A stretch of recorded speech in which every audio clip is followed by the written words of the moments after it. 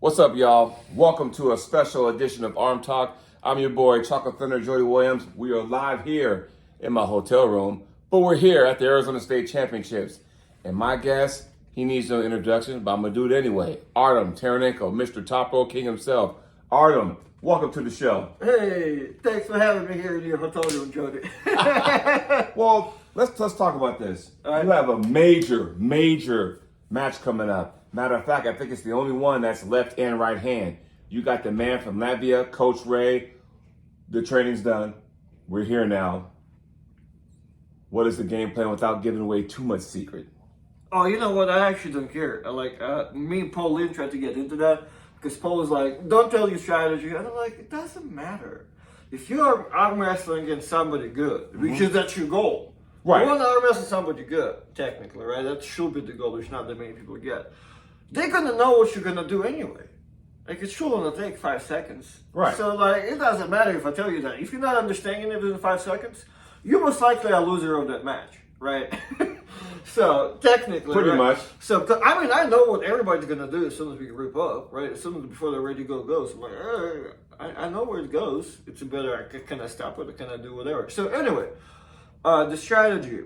So, because Coach Ray is actually choosing a better strategy to pull me, right? Right. Because we all think of him as a presser guy, but he will try to go for some top roll, which we will see if he can mentally do that off the go, right? Because Right. a lot of people playing something and then the whole setup, the whole setup feels different, and all of a sudden you go for your normal stuff. They zig and they zag, and it's kind of like, oh, okay.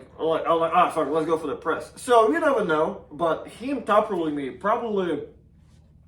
It doesn't necessarily change a lot for me. Because my goal, I think, is just go for the top roll. Right. I'm top rolling everything. I'm going for the offensive top roll. I'm not catching. I'm not playing games. I'm just going for the top roll. Especially when we're going to go to that strap without the buckle on the proper side. I'm going to just have a lot of fun with it. Right. So that's the goal. So the only changes here that happens for some reason I'm struggling and I need to play some catching. Like, let's say he goes for the press. Right. And the top roll doesn't work. Which, because top roll versus press, it's either work or it doesn't. For either one, right? Right. We're either doing this or we're doing this. Right? It's it's either way. So that, if either one of those things happens, I would like to prevent that if I can. If not, I'll take that loss. And then we go on the hook, right? So, because I'm not trying to top roll the same shit 3 times and then end up looking like this. So No, the thing we're is, gonna go for some hook if there's some press happening, probably. Right. But if I'm so much dominant, top roll will do it. But does it change? Because you're going left and right hand. And so the different hands may say, hey, it might be a different match, which in turn has a different strategy. Does that play a factor into that? My left hand cannot negotiate much anyway. My left hand is only goes for the top roll, right? I cannot hook with it really because the cup is not there. So if he is hooking me, he has to kind of let me almost type thing. So no, left hand could probably go just for the top rolls. Gotcha. There's the variations of if he's going for the top roll too. And there's a way, how with my left hand you can always see me doing one of those things, right? So if all of a sudden Like you're giving it away? Or it just my left hand is not there, and I Right. think it's easier if top roll to top roll. If all of a sudden your back pressure is a little stronger, my left hand will go away, but I don't need it because of the side pressure. So there's a problem. I felt that before. I know what you mean. Right, there's a possibility of, that's right, I did that to you too. There's a possibility of that happening. If all of a sudden his top roll is better than my left-handed, I will be in that position where I'll just roll with the side pressure. That's the only probably left to right hand difference. Other than that, it's a top roll to top roll. Right hand, as I said, I can do a lot more stuff with the right hand, but it should just be a top roll for the offensive part of things.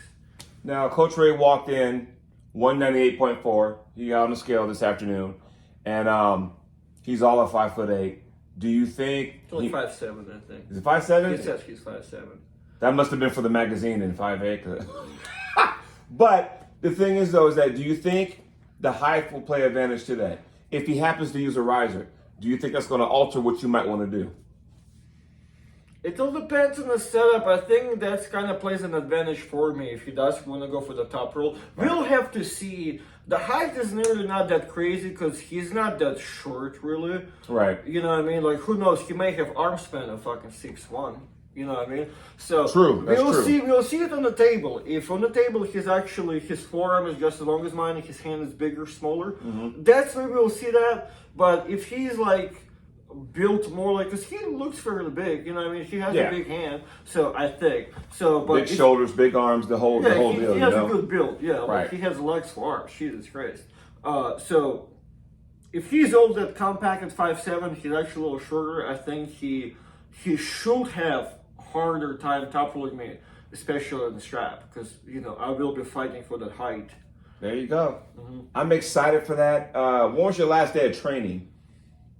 Tuesday. Tuesday, okay. So do you think, Tuesday might be a little bit too close because everyone's different as far as if they have a big match coming up, when should they stop training? Now you said Tuesday. Is that normal for you?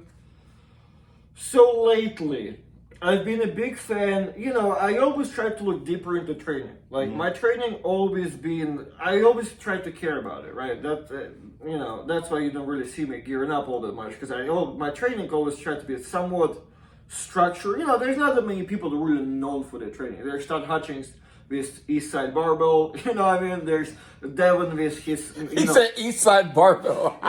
There's Devin with his like single heavy approach. There's John. John's confusing. John recommends, table time for the most part. You can know for that. The guy always posts his pulley works out. So I don't know how much he really practices. Well, but, everyone's different. He's known for the practice approach, right? So there's, everybody has a thing. If you don't have one, I think you have to have some type of training approach, have structure, build it of some type of training, right? So I always try to do something like that. Have somebody write me a program and. So tapering, this last 3 weeks, what we're doing, kind of always intrigued me. And I went from trying to do heavy stuff, light stuff. And I read on that thing where I think it came from swimming, which, I'm the judge of how swimming really applies to arm wrestling. Because I think... All your muscles, though. I guess what they do, one of the idea of tapering over there, is actually increasing the intensity, cutting volume. Which is kind of the opposite of so normally if you go for if you're trying to make this last 2 weeks kind of light, you'll up your volume, you'll do a lot of rest, a lot of sets, a lot of kind of blood work, lower the weight, just 50%, 40%, 20%, something. Right. So what I lately do is the opposite. My Tuesday is 90%, right? So, wow. I go for that 225 bench, I still biceps curl 135. It's up there, it's heavy. I'm gonna go for 2-3 reps. There you go. I go 2-3 reps. My breathing is normal. So because the idea is, what makes your body and your CNS fatigue is the volume and how much stuff you have to go through. And if you just can keep the intensity high, so you basically letting your body know that you have to operate at those at the high numbers, but not for as much work, right? So it doesn't really take the damage, and so your CNS keeps kind of stays fresh, I guess. You're not overwhelming it, and that's been working. I showed up like that at a couple tournaments. I did this for Washington, the thing that I think my shape was great then. I did a couple times, so that's what I like. I like rest. I don't want to feel too beat up, but I will go up to Thursday, probably try to do something because because I'm there. I'm trying to keep it, as I said, in that swimming thing. They cut in 60-70% volume, right? They do minimal. So, and I go there, usually if my workout's 6-7 exercises, 5 to 6 sets each. And it's always, if it's a heavy day, it's always a pyramid. We go at 12, 10, 8 to 4, reps with weight increasing. So what is it like? It's at least 30 sets with, various amount of weight to where I do I don't know, 10 or 9. I just do 2-3 sets of little exercises. Tuesday was a little different for me because we were moving Saturday. So Saturday. Congratulations, by the way. Yeah, thank you. So I couldn't get too much workout done. So Tuesday I kind of had to go and do everything. I went for the triceps, went to the GM presses, chest, back, biceps. And You were moving boxes. That was your workout. Yeah, that was a lot of volume though, so that I get to like Right, it. That's kind of right. fuck with my taper. So nowadays my taper is whatever. My heavy days, my heavy week is like second to third out, and then I just cut the volume and I keep cutting volume and keep going the intensity. Well, it's funny you should say that. I played around with it before. One time I took 2 weeks off before a tournament, and I felt like that took too much time off. Where I pulled Sean Hancock a couple years ago. I had a match with Sean Hancock, Vendetta style, 6 rounds. And by the time I was done, I was mentally fucked up. He got me 6-0, fine, whatever. Then the tournament happened. And then it got to a point where, okay, now I'm warmed up. Ended up taking second, fine, whatever. But it was like, maybe if I had not waited so much longer, I would have got to that competitive sport a little bit faster than I did. So then I said, okay, well, how about take a week off? Or maybe, the week of, but make it no later than Tuesday or Wednesday. So you tend to try different things because everyone's body's different. Everybody adapts differently. So, okay, we try that and there it is. So I was hoping to get Coach Ray in here, but, he's probably doing whatever right now. It would have been funny to have both of you. Get him on the phone. Let's work this shit. Let's see if he replied by now. No. No? Probably still figuring out Wi-Fi. Or slipping, I don't know. They have all the jet lag and all the crazy stuff. Right. Well, Giannis, they had like some kind of sinus thing going on, but haven't seen Corey yet. But I'm excited for this match because I think with all the other matches going on, everyone's talking about Coach Ray and you. Everyone's talking about Giannis and Corey Miller. Not to put the rest of the matches on the back burner, but when you got guys from Latvia coming here, it's a big deal. So it's a real big deal. And for you, this is a big deal. I think so. Any prediction left and right, how this thing might go? Oh, so I don't know. So technically, from my perspective, like just to build a baseline, right?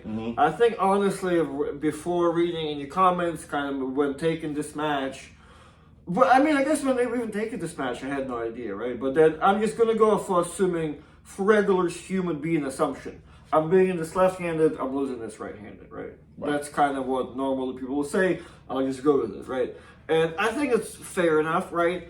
And then looking at the comments, looking at people's messages and people saying stuff here and there. And it's just funny. I mean, I guess it's people's perspective, what's internet makes it look like, because people are like, hey man, I think you're a lot stronger than Coach Ray. Like, how do you know? Right. Can you tell me? I want to know. Can you teach me that shit? So, I don't know. So, there's a possibility, like, I guess whatever happens, I think it's all predicted for. I think if I win 3-0 both rounds, there's somebody that said it very confidently. If I lose 3-0 both rounds, there's somebody that said that too. So I asked a couple people, one of the people that kind of predicts my matches right, Pradeep. I asked Pradeep who's winning that. Pradeep said Coach Ray both hands. I'm like, I can live. That's all it needs. Right. Because if it happens, I know I'm not crazy. I know somebody saw that, and that means somebody else understands where I'm at in life, and it's all good. I mean, it's not like it's something upsetting my reality. But I wonder with a match like this, is this your biggest super match to date? Yes, because the Coach Ray is my idea of real arm wrestler, right? The guy that the guy that actually goes out to compete on real tournaments, guys that goes to compete, right? Even if you do it around your own country, I'll count that. But we plus throwing that he goes out and travels and does all that shit, plus the social media. That's another thing for me that makes you a complete arm wrestler. If you get a strong top 3 guy in your country, but you not do anything social media wise, and I can't even tag you on Instagram, you have bumped to me. Like, I'm sorry, I understand your all your hard work that you did to be an arm wrestler, like as a strength wise. But if you haven't done nothing like social media along the way, I can't appreciate it much because it helps a lot for yourself and for everybody else. So Coach Ray is that full package, like the guy that has, what I mean, like the guy that kills everybody in the table for the most part, and has all the following. When you talk about Coach Ray and anybody from Latvia, voice of arm wrestling. I mean, those guys are just smart. On the table, off the table, it almost seems like they see the sport differently than us Americans. They see it differently. And I wonder, with this being your biggest match ever, do you kind of like, okay, I'm 2 weeks out, I'm 1 week out. Do you kind of block out everything? Like, okay, I can't listen to what everybody's talking about. I can't listen to the podcast because I already had my podcast with Ryan Espy on Monday. We had a prediction show. We made a prediction. Do you tend to block that things out? Because sometimes, for some people, that can play a factor in their mind leading up to that match. Your thoughts on that? Do you know how much weed I smoke? To the point where we probably won't even care. Like, they can say what they want. I don't care. Because, like, no, I watch everything. See, here's the thing. I guess we can actually cut the part out probably. Because... Oh, no, we rated R up in here, baby. Well, I guess it all comes to positivity for me. That's where I'm coming from. Honesty and positivity. Mm-hmm. And that's why I don't need to block it. Because I'm just open to hear everything. Because, like, if somebody says something, I'm just genuinely happy for everything. You know what I mean? Right. And that kind of makes me honest. You know what I mean? Like, if somebody says that I'm losing to the guy, and I'm losing to the guy, I should be happy. If I'm upset with me losing to somebody, that means, like, I probably don't think I'm that strong. I'm faking from where I am. If I'm really thinking I'm strong as hell right now, and I'm nasty, you beating me, I should be happy as fuck, because I think I'm nasty. So you beating me, I fucking think you fucking insane, right? So that's kind of how I look at it. So if somebody tells me that, like, they think he can beat me, I'm like, bro, if he does beat me, he's a bad dude. And I guess that's kind of feeling it internally. That's why, nothing bothered me this time. Like, I'm genuinely, I was so excited to come here. I was excited to come meet this guy. You know what I mean? Yeah. I had no problems. I loved everything. I watched every prediction. I mean, especially on the internet nowadays, it was strange because a lot of people, like Devin, was rooting for me. Like, Devin's prediction was that I was going to win it. Right. Well, not win it. He said to Coach Ray that I'm bad news. Like, I'm like, oh fuck, that's exciting. Right. So I think for the most part, I think everything was also kind of sounded fairly nice. Right. So that's what made it probably easier from what I'm talking about. But at the same time, my perspective is just super positive. So we're like, no, keep training. Nothing changed emotional or mental. I just kept getting more excited. You know what I mean? Right. You have Todd Hutchings next month. Right. And I want to say, if by chance you get the victory tomorrow evening versus Coach Ray, do you think it kind of, because arm wrestling is weird. You go, we'll take Winter Blast. Didn't work out for you for Jason Merlot. But then you come back and beat, people hold Coach Ray up here on a pedestal. If you beat him, then it makes you go, well, hell, I beat Coach Ray, but I couldn't beat Jason Merlot. So where's Jason Merlot at? Do you think it may be a situation where you and Jason can run that back, maybe? Or are you even interested in running it back? If you beat Coach Ray tomorrow. I'm not really interested in running the back with Jason, because I think Jason has his own goals, you know what I mean? And he has his own time, and he's chasing bigger guys, his thing. That's the goal. I think me and Jason is probably something like Derek and Chance, but we're like less weird. So like Chance and Derek always gets accused of this, like dodging Corey and all that. There's probably some truth to that. To where like me and Jason, we never really we probably wanted to pull each other, and it happened. But there's truly there's maybe some interest, but we're not going to be like dodging it. No, if you happen to be at a tournament, then so be it. But we don't really know Coach Ray's true level anyway. I think we just know him as Coach Ray, is this YouTuber guy from a whole another country that we don't see those people. I mean, we see Sandris and them like kind of pull, but it's not like they teammates come into our country every month. We don't really know the levels exactly. So I don't really think that correlates too much with Jason if I beat Coach Ray. Well, there's just too many, too many angles you got to deal with. There's just too many variables, that's what I meant to say. Right. Too many variables. And, we've seen Coach Ray. We've seen him at King of the Table 1. And we just seen him beat Arm Wars. We just seen him beat Craig Sanders too. That's a good one. So that's we know all right, that dude is legit right-handed, for example. So I don't know. I mean, maybe the more, maybe if situation in the world was less weird, to where we'll see them compete at their tournaments or they like EF, Right. maybe we'll see where Coach Trey's truly at the whole world level. Because I think it's kind of hard to judge that. If by chance you get this victory, Uh-huh. expect a call from Neil Pickup. Well, I told Neil before that, like, hey, by the way, because I never met, you know what? I think everybody in their life they message Neil Pickup, like, Oh, yeah. hey, man, can I be on the Warriors? Right? Yeah, I'm sure he's heard it from everybody. I think I did that very early on, like back when I didn't speak English, so 2 days ago. And that's it. Like Right. that self entitlement got out of it. And then a couple of days ago, well, I did message him. Hey, by the way, somehow I'm beating Coach Trey. I wanted to come whoop Craig Sanders, right? And Craig Sanders, you hear that? just because, and I told him like, because Neil didn't have a problem with that. We didn't, Right. It's all private. But I'm like, Neil, do you know that me and Craig pulled before, right? He's like, no, I would love to hear that story. Yeah, that'd be awesome. I'm like, yeah, it's an awesome story. 2017 WL 165 class Oh, tournament. yeah. I'm over there. I think I don't know if I'm undefeated so far or it's my first, whatever. It's me and Craig Sanders. Craig's not coming to the table for a couple of long seconds. Right. The referee's like, we're going to give you the win.